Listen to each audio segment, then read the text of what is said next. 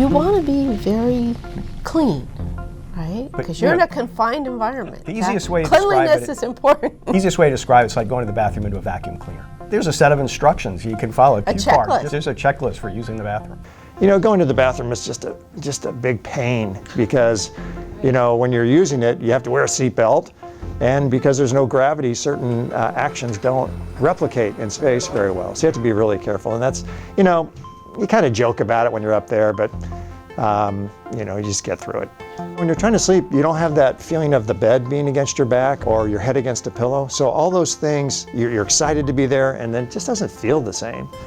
And so taking a little bit of sleep medication is something some people do. So sleeping the first night in particular is hard because you're used to feeling that pressure against your back or your stomach depending on how you sleep. So what I used to do is I would go to the airlock because it's always cooler there, and I would squeeze myself between the spacesuits that are hanging on the wall so that I would be wedged in there in my sleeping bag, and that would make me, you know, kind of simulate that feeling of force against you. And when I did that, you can sleep quite well. You're not using your muscles or your bones at all. And so it's very important when you're in space to do everything you can to keep the bones strong and your muscles strong. So we exercise.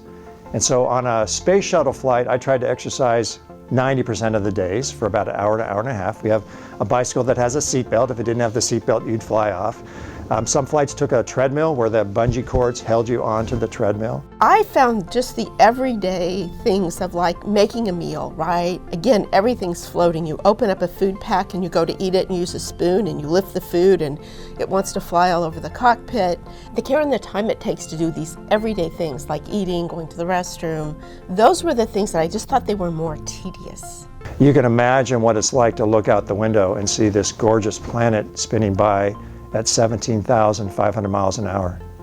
Every 24 hours we went around the Earth 16 times. So the daytime would be 45 minutes and the nighttime would be 45 minutes over and over.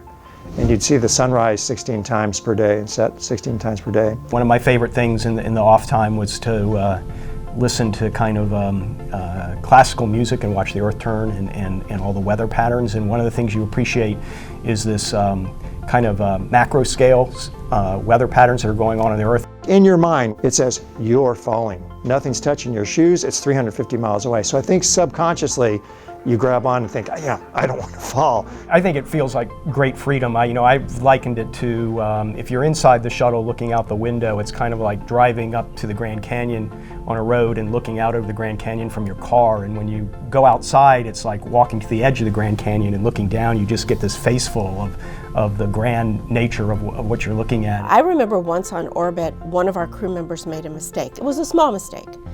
And when we call down to the ground, we don't say, this crew member made a mistake. We say, our crew made an error, and what do we need to do to recover? So we really do have each other's backs and work well together. The crew camaraderie is extremely strong.